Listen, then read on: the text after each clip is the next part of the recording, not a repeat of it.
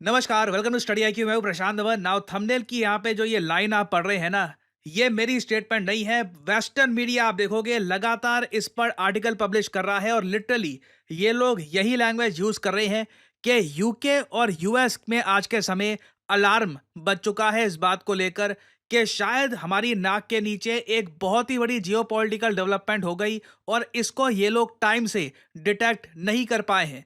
कम शब्दों में आपको कहूं तो यूएस और यूके की इंटेलिजेंस एजेंसीज शायद ये बात नहीं नोटिस कर पाई कि रशिया और ईरान के बीच में एक सीक्रेट न्यूक्लियर डील हो चुकी है। ये कोई न्यूक्लियर एनर्जी वाली डील नहीं है, हम यहाँ पर वेपन्स की बात कर रहे हैं। यूएस प्रेसिडेंट जो बाइडेन और ब्रिटिश प्राइम मिनिस्टर कियर स्टारमर, इनको डर ये लग रहा है कि एक सीक्रेट आर्म्स लिंकअप हो चुका है। और रशिया ने देखो, इसके दो सिनेरियो बताए जा रहे हैं। या तो रशिया ने ऑलरेडी चुपचाप 3-4 न्यूक्लियर बॉम्ब्स ये ट्रांसपोर्ट कर दिए हैं ईरान में और अब ईरान पे छोड़ दिया है कि जब आपको सही लगे, जब आपको ठीक लगे, दुनिया को बताना है कि हमारे पास न्यूक्लियर वेपन्स आ गए हैं। एक न्यूक्लियर वेपन अंडरग्राउंड विस्फोट कर देना और फिर दुनिया के सामने अनाउंस कर देना, Iran is a nuclear weapons nation now. दूसरी तरफ एक रिपोर्ट ये भी सामने आ रही है कि रशियन साइंटिस्ट एक्चुअली ईरान के साथ काम कर रहे हैं और दोनों ने मिलकर ईरान को प्रॉपरली टेक्नोलॉजी प्रोवाइड कर दी है न्यूक्लियर वेपन्स बनाने की, यूरेनियम एनरिचमेंट की। अब ईरान के ऊपर है कि कभी भी वो चाहे तो दुनिया के सामने एक न्यूक्लियर टेस्ट करके बता सकते हैं कि they have nuclear weapons now. और इधर आप देख पाओगे इससे रिलेटेड बहुत सारे आर्टिकल्स पब्लिश हो रहे हैं वेस्ट में। मैं रेयरली देखता हूं कि ईरान और रशिया को इतना ज्यादा कवर किया जा रहा है वेस्ट में। Russia gave Iran nuclear bomb secrets in return for missiles to strike Ukraine. ये देखिए सबसे बड़ा डर है। अगेन यहां पर आपको यह भी समझना होगा, रशिया भी ये सब कुछ फ्री में नहीं करेगा। गिव एंड टेक होता है जियो पॉलिटिक्स में।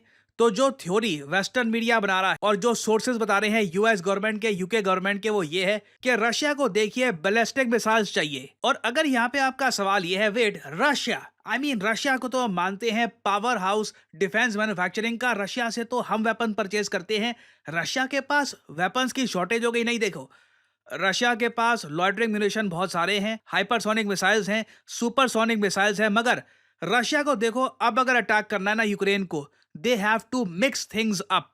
इनको बहुत अलग अलग प्रकार के अटैक्स करने होंगे यूक्रेन के एयर डिफेंस सिस्टम को कंफ्यूज करने के लिए। क्योंकि पिछले कुछ महीनों में आपको याद होगा एक बड़ी डेवलपमेंट ये हुई है कि यूएसए और यूएसए के जो एलाइज हैं, इन्होंने बहुत सारे एयर डिफेंस सिस्टम्स पकड़ा दिए हैं यूक्रेन को। इनमें यहां पे आप देख पाओगे पेट्रियट एयर डिफेंस सिस्टम ये भी शामिल है ना। रशिया देखो आज के समय यूक्रेन को जो अटैक कर रहा है, इनमें से कुछ attacks in air defence systems ने रोके भी हैं। रशिया के लिए यह फ्रस्ट्रेटिंग है।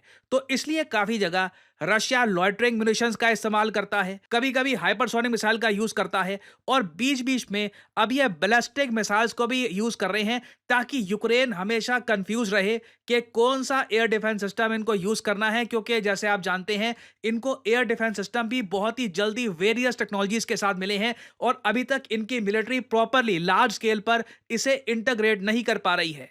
तो ईरान एक ऐसा देश है जो सस्ते दामों पर बहुत सारे बैलिस्टिक मिसाइल्स प्रोवाइड कर सकता है रशिया को, और ईरान ने देखिए ये कर भी दिया है। हाल ही में G7 के जो विदेश मंत्री हैं, इन्होंने ओपनली निंदा करी है ईरान की कि ईरान ने बहुत ही गलत काम किया है बैलिस्टिक मिसाइल्स एक्सपोर्ट करके टू रशिया। नाउ जब ये न्यूज़ सामने आई थी कि ईरान ने बैलिस्टिक मिसाइल्स एक्सपोर्ट कर दिए हैं टू रशिया, इसके बाद सबसे ज्यादा कंसर्न इसराइल को होना शुरू हो गया। अब यहां पे आप कहोगे इसराइल चिंता क्यों करेगा? क्योंकि देखिए जैसे मैंने आपको बताया था, जियो पॉलिटिक्स में there is no free lunch, कुछ फ्री में आपको नहीं मिलेगा। कोई देश अगर सोचता है कि मुझे कुछ फ्री में दिया जा रहा है, तो आज नहीं तो कल उस कंट्री को एक बहुत ही बड़ा प्राइस पे करना होगा। और इस पर्टिकुलर केस में एक प्रॉपर डिफेंस डील हुई है जहां पे रशिया को देखो, ईरान ने ऑलरेडी बहुत सारे कामाकाजी ड्रोन्स तो एक्सपोर्ट किए ही हैं, अब साथ ही साथ ये बैलिस्टिक मिसाइल्स भी बड़े स्केल पर एक्सपोर्ट करेंगे जो गिरे जाएंगे यूक्रेन के शहरों पर।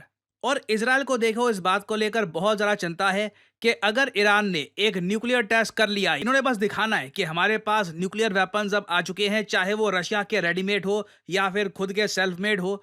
अगर ऐसा हो जाता है, इजराइल की एग्जिस्टेंस पर एक बहुत ही बड़ा प्रश्न चिन्ह खड़ा हो जाएगा। इज़राइल में जो ऑपोजिशन पार्टी है, जो रूलिंग पार्टी है, दोनों इकट्ठा आ जाएँगी और एक एग्रीमेंट होगा, कुछ भी करके अब हमें या तो ईरान पे अटैक करना है या फिर एंश्योर करना है कि ईरान कभी भी न्यूक्लियर वेपन्स का यूज़ ना करे अगेंस्ट इज़राइल।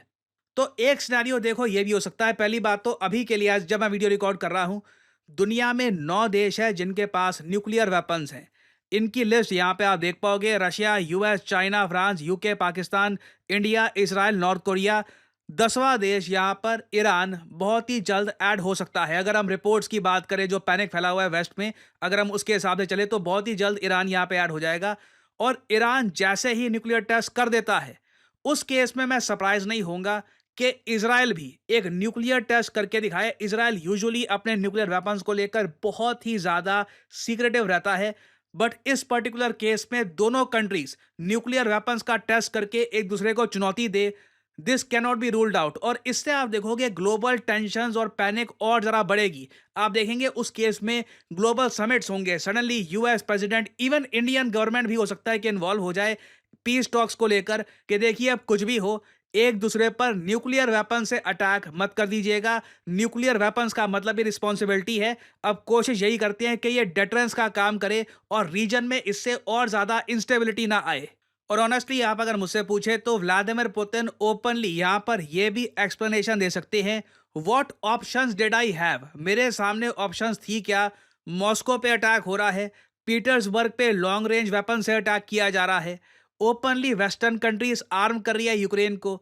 तो जब रशिया के दुश्मन को वेस्टर्न कंट्रीज कर रही है आर्म, और रशिया ने हाल ही में यह भी कहा है कि वेस्टर्न कंट्रीज ने यूक्रेन को केमिकल वेपन्स भी दे दिए हैं ना, ये कितना सच है कितना नहीं पता नहीं हमको, बट रशिया लंबे समय से ये लाइन टो करता आया है कि जो वेस्ट कर रहा है सेम काम रशिया कर सकता है। रशिया भी जो वेस्ट के दुश्मन कंट्रीज हैं उनको लॉन्ग रेंज मिसाइल्स और वेरियस और टाइप के वेपन्स दे सकते हैं। तो अगेन जो रशिया यहाँ पे कर रहा होगा दे कैन ओपनली से ये जो सीक्रेट बैलिस्टिक मिसाइल डील हुई है न्यूक्लियर वेपन्स के लिए, ये सब देखकर सरप्राइज मत होइएगा। यू सॉ दिस कमिंग, हमने आपको वार्निंग दी थी, कई बार वार्निंग दी थी, आपने अपनी पॉलिसी चेंज नहीं करी, अब यह स्थिति हो चुकी है। तो अगेन आने वाले कुछ हफ्तों में हमको देखना होगा कि जो पैनिक मचा हुआ है यूएस में, जो ये लोग यहाँ पर अलार्म बजा रहे हैं, क्या जेन्युइनली एक न्यूक्लियर डील हो चुकी है ईरान रशिया के बीच में।